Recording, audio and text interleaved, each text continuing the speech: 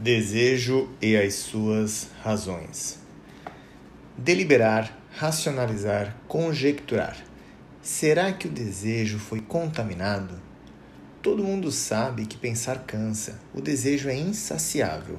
Se nossa razão desiste de argumentar, a vontade segue incansável. Eu quero é mais forte do que eu penso, vencendo qualquer raciocínio. Querer é mais forte que a razão. Por isso, a vontade muitas vezes vai contra o intelecto e suas conclusões, contrariando sua razão pura. Vou citar o livro do professor Clovis em parceria com o professor Júlio Pompeu. Somos todos canalhas, intervenção 12, professor Júlio Pompeu. Professor Júlio citando Kant a respeito do conceito entre razão prática e razão pura. A razão prática tem por finalidade uma conduta, um resultado, que é calculado entre meios e fins. Razão seria a ponderação sobre custos e benefícios. Finalidade é a satisfação de um afeto.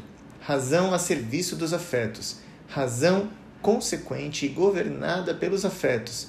Racionalização, uma razão socialmente aceitável de manifestação de um desejo mesmo sendo um conceito moral. Mas o exemplo do professor Júlio esclarece as duas razões. Mulá é uma espécie de sacerdote islâmico, figura religiosa a quem atribui também a autoridade de julgar. Do seu lado tem o mulazinho, um aprendiz, estagiário, trainee de mulá, que tenta aprender pelo exemplo do mestre. Certo dia, aparecem dois homens que discutem a compra de um camelo. Procurem mulá. O primeiro se dirige a ele e diz: Seu mulá, Mohamed é um canalha, não presta. Combinamos de ele me vender um camelo. Entregou-me um dromedário. Combinamos um valor X. Eu entreguei a quantia acertada.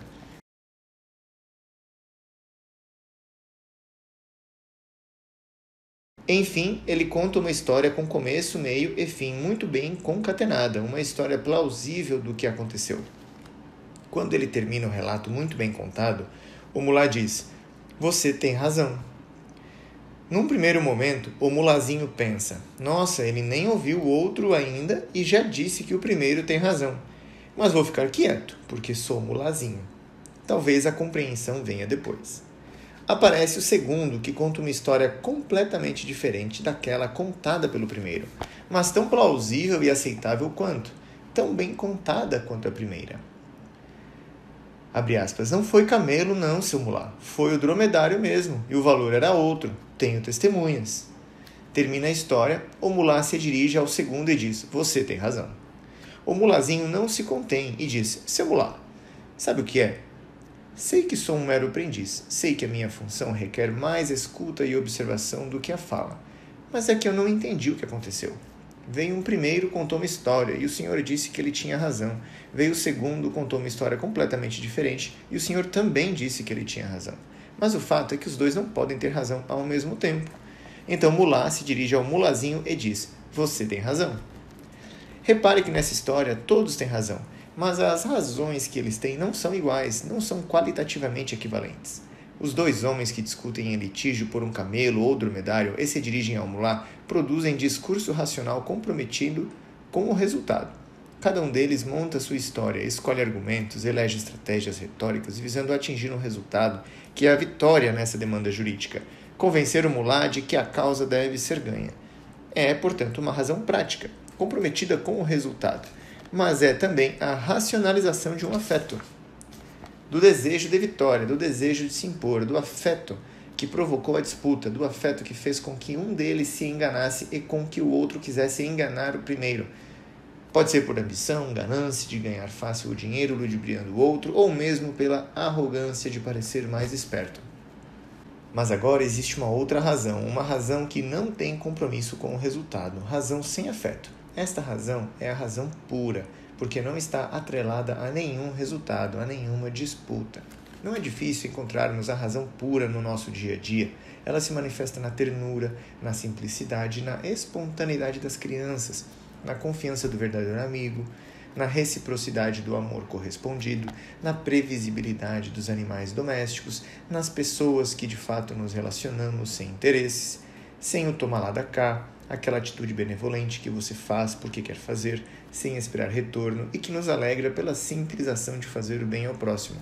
Essa atitude é tão pura e subliminar que não espera sequer uma recompensa divina com vaga no paraíso.